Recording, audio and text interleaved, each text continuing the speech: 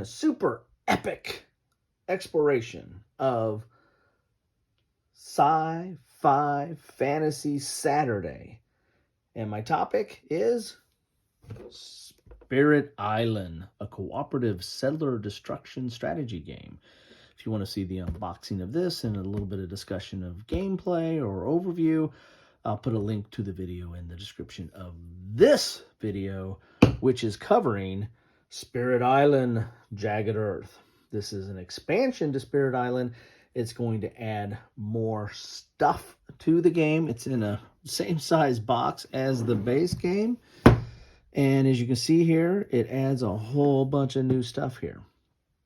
The battle against the colonizing invaders rages on.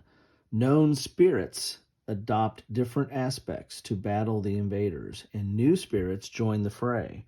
Some transform the island, making it hazardous and deadly to all humanity, while others work with the Dahan to fight back in other ways. Hard choices confront the spirits, and even Stone's unyielding defiance must weigh trade-offs. Jagged Earth is an expansion for the base game, Spirit Island. No other expansions are required to use it, though it is best balanced with combined with Branch and Claw. Spoiler alert! Yes, we'll probably have to turn to Branch and Claw at some point. Here are the game components you get in here. Going to get some new island boards, 10 new spirits. That's kind of cool. And a whole bunch of other stuff, some new tokens. And so I think there might actually be some new rules or some variations in this box as well. Again, if you want an overview of what Spirit Island is, I'll put a link to my previous unboxing, but in a nutshell, basically Spirit Island is the converse of a lot of traditional colonial or colonization games. You know, the games where you're playing Spain or France or the Dutch and going out into the New World and colonizing it for your country and whatever the good or bad that comes of that.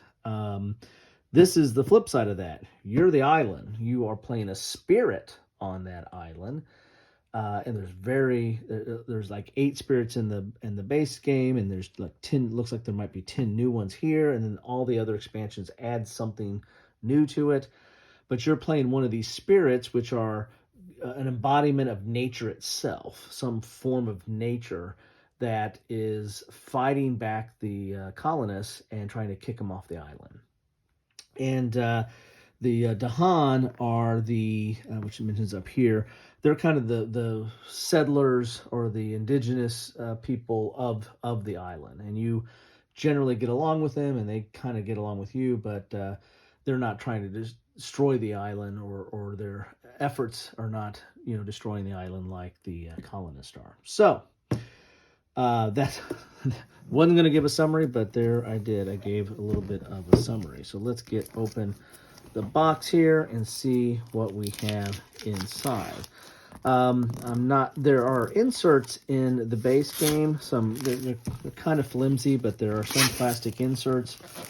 If I want to try to keep all this stuff in one box, I don't think I'll be able to use those inserts. There might be a way, but I'm not too certain of that. Plus, they are relatively flimsy. You can take a look at those in the previous unboxing. So let's get in here. Oh, this is a tight one here. This box feels a little, maybe it's the same as the other base game box, but it feels a little bit more sturdy than the other one. So there you have the box. We have the rules for Spirit Island Jagged Earth. They come relatively glossy, as you can see here. Pretty glossy here. On the back here, this is nice. I like having player aid. You got some iconography, tokens, and new turn order. So this is generally new stuff that is added to the game. I got a lot of these like QR codes here too, if you want to learn how to play the game. And this kind of has the same setup as the base rules. Look, quite a few rules here for an expansion. I mean, we're at 32 pages or so. So they're talking about using this expansion. You got some, looks like you got some new symbols or new terrain there, possibly. You've got some new tokens here. We've got like Beast and Wild and Disease and Strife and Badlands. So those look new. The rest of these look somewhat similar in some regards. Some new spirit panels. So that's your player. You are playing a spirit. Some new island boards. So they're modular. So some new variety there. You're going to have some new major and minor powers. That's the heart of the game of playing these, buying these and using these powers. Aspect cards, that might be new. Event cards, that might be new. There was adversaries and scenarios in the previous game, and that adds a lot to replayability as well. Talking about the new island boards and some of the new terrain. Talking about the Branch and Claw token. So, yeah. So, maybe I should have opened Branch and Claw first. But, well, I can always change the order. Here's your Badland tokens, aspect cards. Here's new rules for this scenario here. Isolate actions. Interesting stuff here. So, it looks pretty, busy, but a lot of the stuff off to the side is just helping you, some with notes or items of interest, or kind of going in a little bit extra explanation or pointing something out or where you find it. So that's, again, can appear busy, but it's really there to kind of help you in the game. Some of these notes and stuff here. And then these are play options, so really only 15 pages. If you stop here, there's like 15 pages of rules stopping at new concepts, and these are just different play options. There are different ways you can play out the boards. Again, the boards are modular, and you can put them out in different configurations there. And this also gives you, and this is more play options here, and tells a little bit of the effect on this, I guess, of how to combine that. So that's more a variance. You got some new adversaries here. The adversaries are the specialized or specific faction that's coming at you. You have England and Sweden, and it looks like we're getting the Russia and the Habsburgs are going to be coming into the mix here. And then you got an appendix on page 24. So this is going to talk about just helping you understand maybe some of the new concepts, or somehow how some of the cards work together. And then you got an appendix clarifications and FAQ. And there you have it. So it's mostly kind of cleanup stuff there at that point. So that's the rules you get with Jagged Earth. You get 2 new player boards. And as I said, this is in the previous video, this is the easier board to play with. It's more clear, delineated, and understand what are the different territories or terrains. On the back, the art is better, at least in my opinion, but I think it's a little bit more convoluted of what's what. And so I think most people play with this side here. So you get 2 new boards. You get some new counters here. Well, we got a lot more new counters here. The base game only had like 1 counter sheet. Looks like we got 1, 2, and 3 counter sheets. And a lot of these are new. These are in that's Fear. That's in the base game. These are all new counters for this game. All right. Then we've got some more Blight. Blight is bad, and you want to try to keep that from taking over your island. These are explorers or colonists in the 1 strength level, 2 strength level towns, and 3 strength level cities. That's bad. You got some new tokens here for the players. This goes on your spirit board. And you have some more Dahan, which are the settlers. Then we got these trays here. As I said, these trays are, I mean, it's nice. It keeps it situated and puts it all together, but they're really not the sturdiest things in the world. And then we've got some more baggies. Got to have the baggies. We've got, 10 of these player cards here. Or these spirit cards, I should say. We'll get to that. we've got some more adversaries here and scenarios. And so the adversaries are, the different kind of AI that you're going up, or the colonists that are coming onto your island, and how they play a little different. And then the scenarios are just that. They're kind of different scenarios. They make the game a little bit, it's a little bit more puzzly, right? I mean, they do different things and make you have to focus on different ways of how to play the game. Again, all those add, the combination of all those add to replayability in this game. And one of the reasons why I, eventually picked it up. I kind of stayed away from it due to all the stuff that it looked a little complex and busy, but all this extra playability and play content looked really cool. So here is the Habsburgs, and here are the Russians. And it tells you the different levels of difficulty you can pick, and then how they play. So you get more adversaries, and then you've got some more scenarios here. You got the Great River, you got Elemental Invocation, and you got Despicable Theft. So that is the scenarios there. And so those play out differently as well. And then you've got a whole bunch of new cards here. Take a look at this.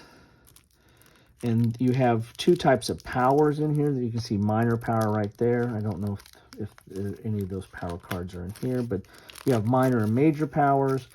They vary in cost and the like. These are the specific powers to these spirits. They start off with some of their own unique powers. You can see by the different colored backs there.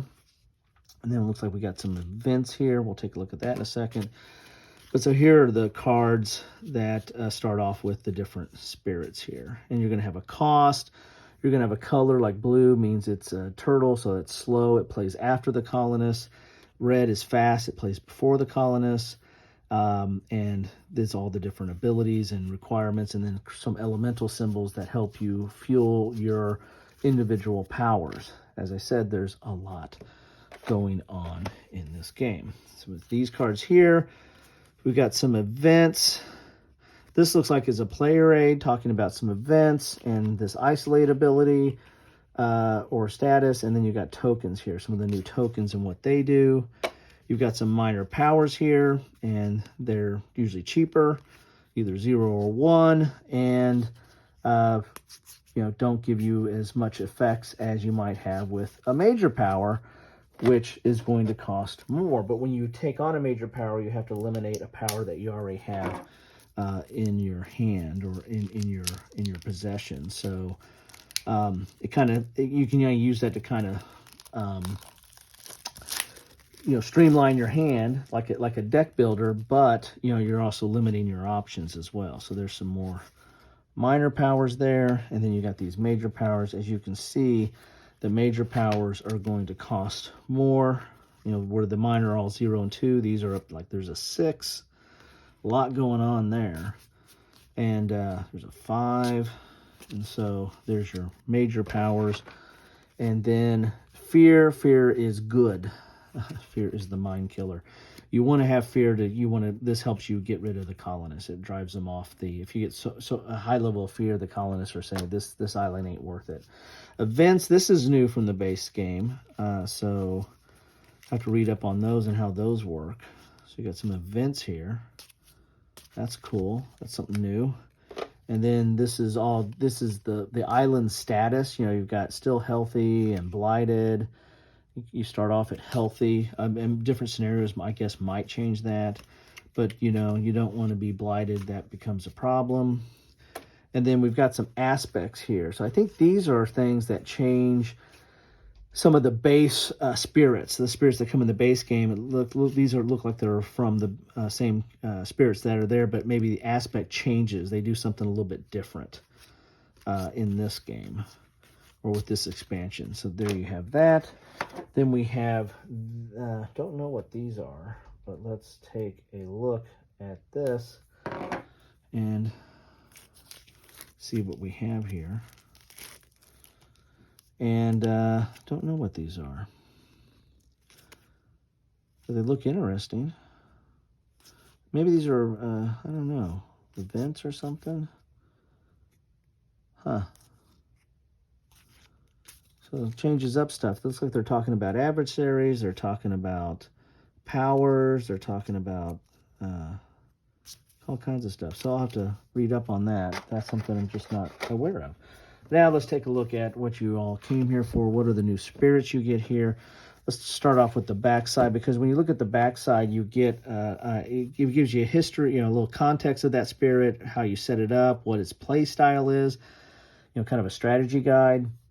And then you got its complexity, and then you got what it does good, right? Like this is really good at offense, so at control, fear, and defense, and okay at utility. So that you just by a quick look, you can kind of tell, well, do you want to play this one? Well, I really want to pick an offensive spirit, so this one might fall into your mix.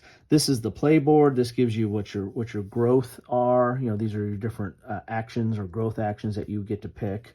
You get to pick one of those, and they're each a little bit different, and they're different for each spirit. This is their presence, where you have those little round tokens here that those certain amount will start off here, and as you put presence on the board, it uncovers greater abilities for you. Here's their special unique powers, any special rules over here. So quite a bit going on in this game, and that is the volcano looming high. You've got vengeance is a burning plague, another highly offensive and highly complex spirit. But I mean, these are, the art is just amazing. It's really just jumps out at you. Complexity moderate here. This is high offense, high defense. That's interesting. It's kind of a unique combination there. Stone's unyielding defiance. Starlight seeks its form. Very high complexity, and ooh, you got like variable powers here. Huh, that's interesting. Whoa. Yeah, I don't think I'd be wanting to play this on my first time playing this game. There's a lot going on with that bad boy. Shroud of Silent Mist. High complexity, but pretty solid on the offense, control, and fear. And again, a lot of these, they play different, and then they're going to play different and have synergies with other spirits. So you got to figure out what spirits you're playing, what other spirits are playing, because it can be a solo game or it can be cooperative. You can play up to more players than one, and each of you are playing a spirit, and how you interact is a big part of the game as well. This is Shifting Memory of Ages. Mini Minds move as one. Moderate, really good control. Decent fear and defense on that one. Okay. There's its special powers and everything. Lure of the Deep Wilderness. That's pretty good across the board too. Not very good utility though. This uses thing I think is different from the base game, so I need to figure out what that means now. That's a cool looking. It's got like its vines going out or something. That's kind of cool. Grinning Trickster Stirs Up Trouble. I gotta love these names of these spirits, right? These are decently thick boards, these spirit boards. A lot of information on some of these too. So again, this is not like Pandemic. You're not just gonna use this as a gateway game. I mean, I think you could if you use some of the lower complexity spirits, but even then, even the base game, there's a certain amount of heft to it. And this is all utility, very high complexity, and it's the highest utility I think I've seen. Fractured Days Split the Sky. Look at that.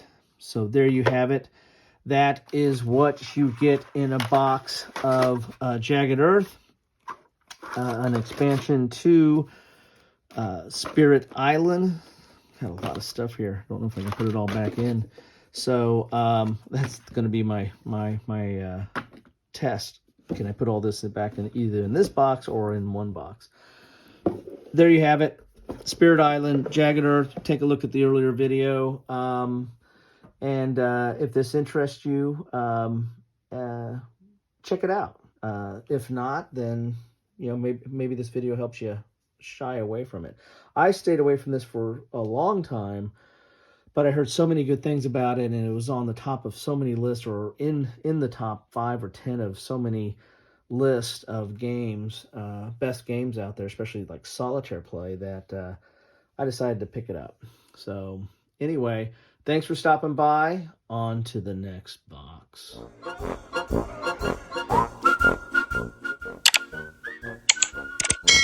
Thanks for watching.